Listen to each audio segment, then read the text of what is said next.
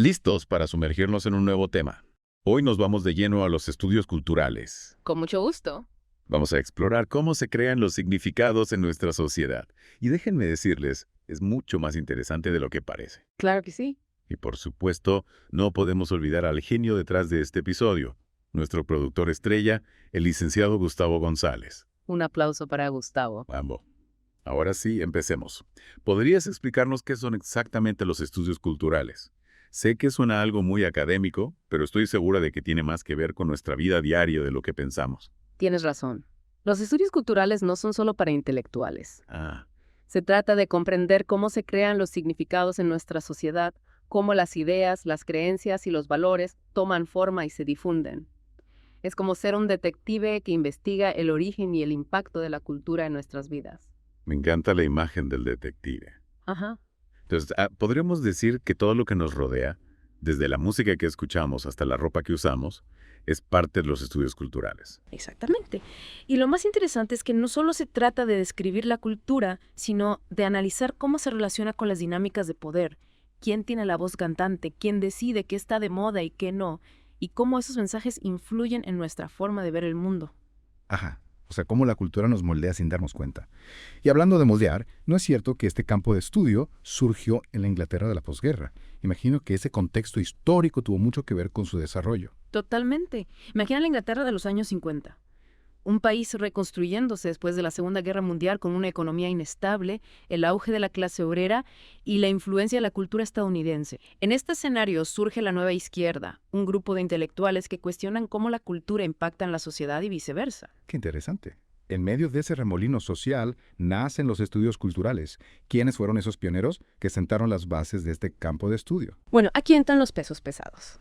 Richard Hogarth, con su obra Los usos de la alfabetización, donde analiza la cultura popular de la clase trabajadora; Raymond Williams, con Cultura y Sociedad, que explora la evolución del concepto de cultura a lo largo de la historia; y Edward P. Thompson, autor de La formación de la clase obrera inglesa, que nos muestra cómo se forjó la identidad de este grupo social a través de sus experiencias. Obras que seguramente nuestro querido Gustavo tiene bien estudiadas. Por supuesto.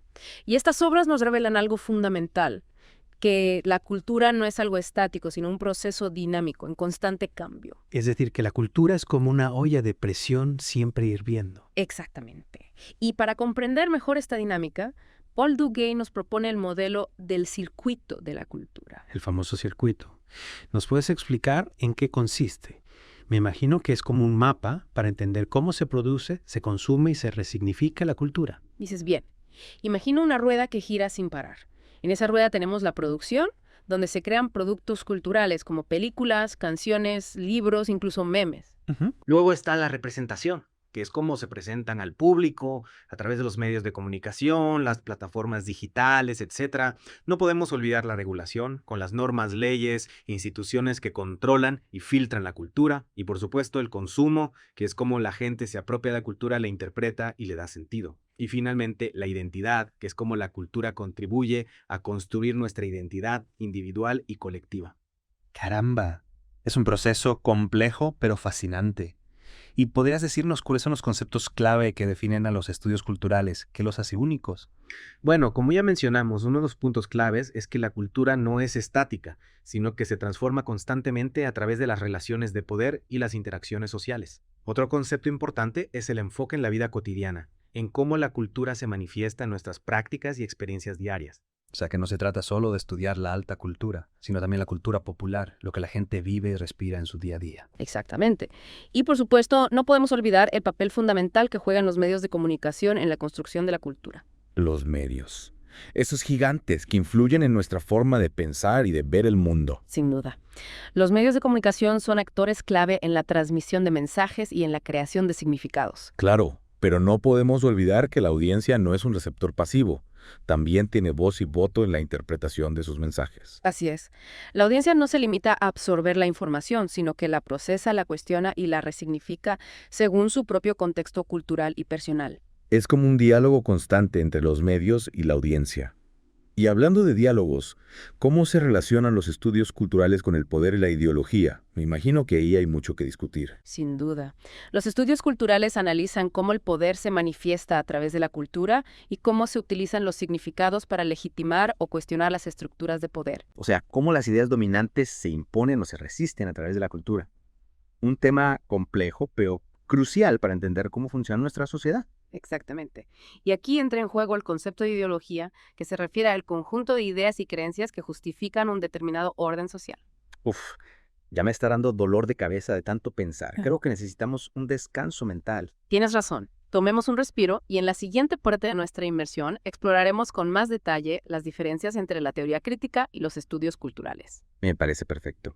Mientras tanto, no se olviden del genio detrás de este episodio, el licenciado Gustavo González.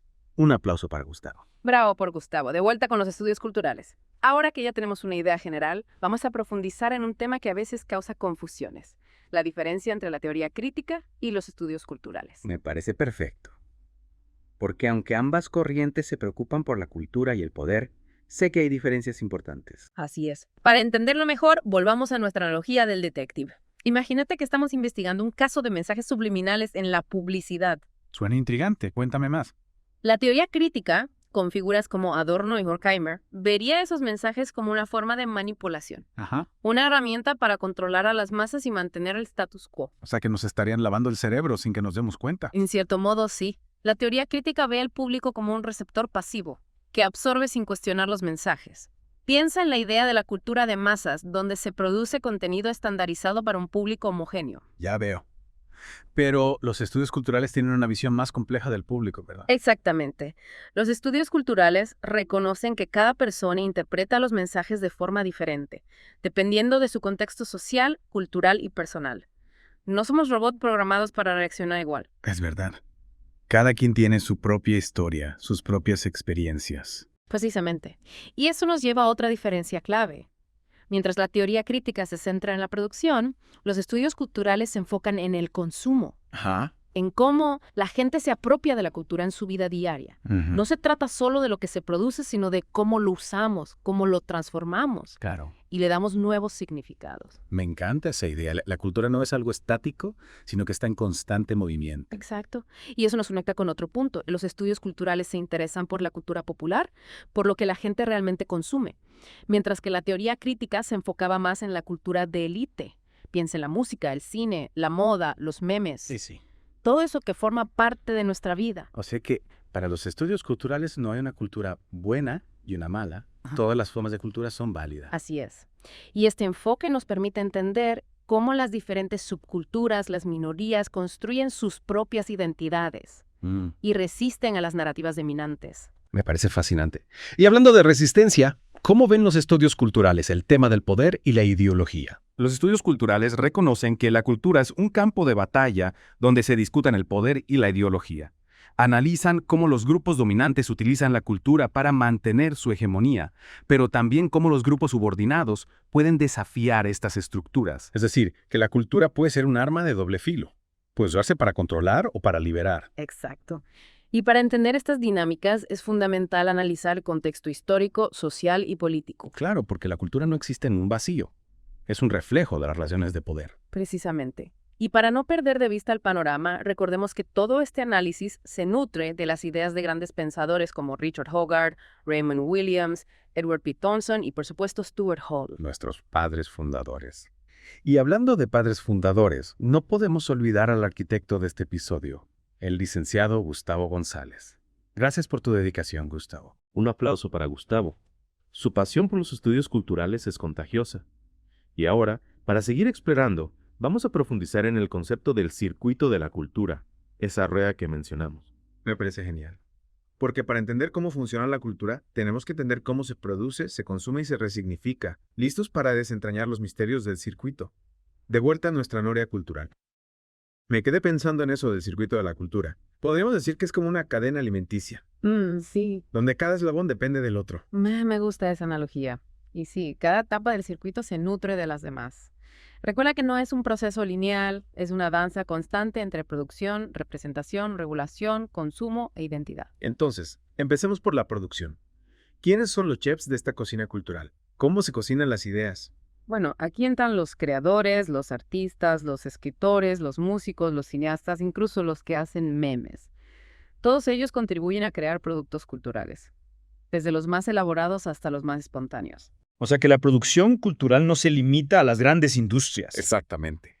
La cultura se produce en todos los niveles, desde las grandes corporaciones hasta los individuos que comparten ideas en redes sociales. Y una vez que la idea está cocinada, ¿cómo llega al público? Aquí entra la representación. Correcto. La representación es la vitrina, donde se exhiben los productos culturales. Piensa en los medios de comunicación, las plataformas digitales, las galerías de arte, los museos. Todos estos espacios juegan un papel en cómo se presentan las ideas al público. Y claro, no podemos olvidar a los guardianes del orden, los que deciden qué se puede mostrar y qué no. Aquí es donde entra la regulación, exactamente. La regulación establece los límites, las normas, las leyes que controlan la cultura. Piensa en la censura, las clasificaciones por edades, los códigos de ética. Todos estos mecanismos influyen en cómo se consume y se percibe la cultura. Es como un filtro que determina qué es aceptable. Sí. Y hablando de consumir, ¿cómo encaja el público en todo esto? Bueno, el consumo es la etapa donde la gente se apropia de la cultura, la interpreta, le da sentido. No somos receptores pasivos, interactuamos con la cultura, la transformamos y la hacemos nuestra. Es como si cada uno le pusiera su propia sazón. Y finalmente, ¿cómo impacta la cultura en nuestra identidad? La cultura moldea nuestra forma de ver el mundo, nuestros valores, nuestras creencias, nuestras relaciones. Nos ayuda a construir nuestra identidad individual y colectiva. ¡Wow! Es increíble cómo la cultura está presente en todos los aspectos de nuestras vidas. Y ahora que entendemos mejor el circuito, ¿qué hacemos con este conocimiento? Los estudios culturales nos invitan a ser más conscientes del poder de la cultura, a cuestionar los mensajes que recibimos, analizar cómo se construyen los significados y a participar en la creación de una cultura más justa, diversa e inclusiva. Un llamado a la acción. Y antes de despedirnos, quiero agradecer a nuestro productor estrella, el licenciado Gustavo González. Gracias por tu invaluable aporte, Gustavo. Un aplauso para Gustavo. Y a todos ustedes, los invitamos a seguir explorando el mundo con una mirada crítica. Recordemos que la cultura no es algo ajeno, sino que la construimos día a día. Hasta la próxima.